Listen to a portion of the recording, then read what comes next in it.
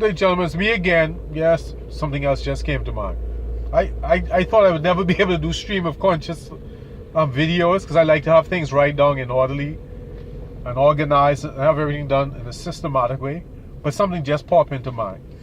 Now, in church on Sunday, this is interesting because I just told my nephew this, that you have to avoid the very appearance of evil.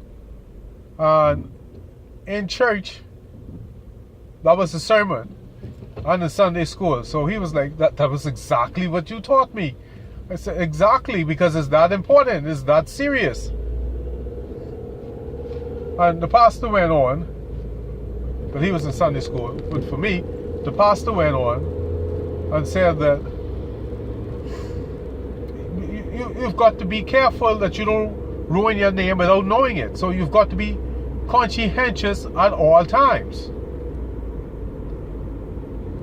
And this was piggybacking of the last video where I was talking about being careful of your associations. So, gentlemen, you got to be careful, of the way things look when you do it. No, it is not, even if you're doing good, if it looks bad, it is bad. That's what the pastor said. Even if you're doing good, if it looks bad, it is bad. And he himself says whenever he goes on visits, he never goes by himself. Because he knows how people are. I mean, in this day and age, if you go to anyone's house, it looks bad. So he usually takes his wife, or he takes two of the elders with him. And it's always a woman. It's either him or his wife, or him, a male, and a female. So no one can sully his name. And would not be he said, she said, because they're witnesses. And he was talking about guarding your reputation well. Excuse me. And in the 48 Laws of Power, there's a whole chapter dedicated to that. Guard your name and reputation well. And even Solomon said it. A good name is worth more than riches. And that is the God honest truth.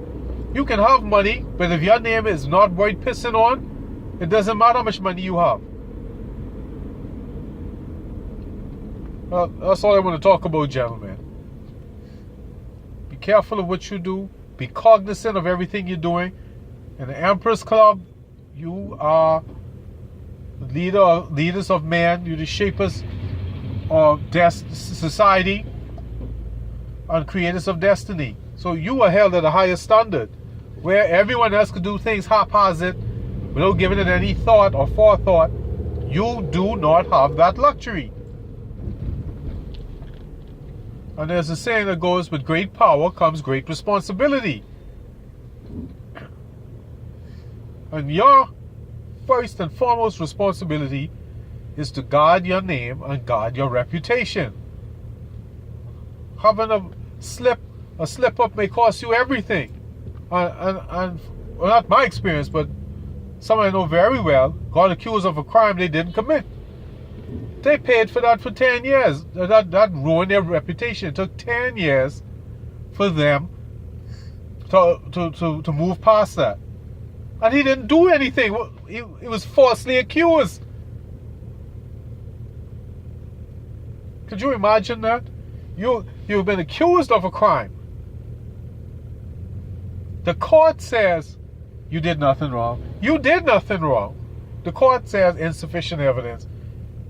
Not guilty. Do you think that mattered? No, you've been accused. And what do people say? Where there's smoke, there's what? Thank you very much.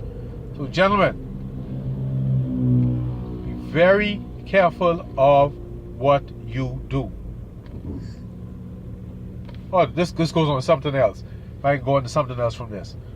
This has nothing to do with it, but this also piggybacks off being conscientious, of paying attention to everything around you. Like take for example, Julius Caesar. I hated Brutus as a young man. My teacher, my literature teacher, said, no, Caesar's at fault. I was like, what? Brutus is the traitor. No, you know what my teacher said? But Caesar's the king. Caesar is the king. The Emperor's Club, gentlemen. You in here? You on that level? Caesar was the king. Caesar was the emperor of Rome. Now, I didn't understand what she meant then. I was in junior high. But then as I got older, I realized, yes, it was Caesar's fault. Let's go, Poodle boy. It was Caesar's fault. Oh, forgive me. I forgot I'm recording. This person is on his phone making a turn. Caesar was the king. He was emperor of the Roman Empire. It was his responsibility and duty to pay attention to what's going on around him.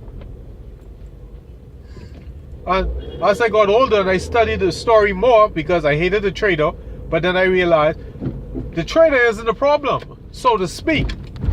It is the person who has the most to lose. Oh, that's something else we can get on. We get on that, but I get back. The instant, first of all, Caesar's mistake was to let Cassius live. Cassius tried to kill him. You let him live because that's your friend, but he tried to kill you. First mistake. Two, the minute your friend Brutus side went to be friends and pick sides with Cassius,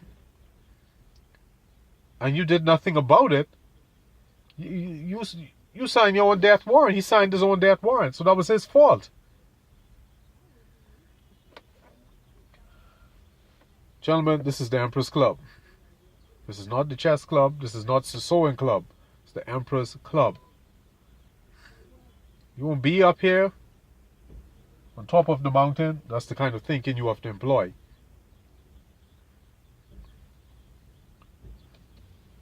You can learn from Julius Caesar.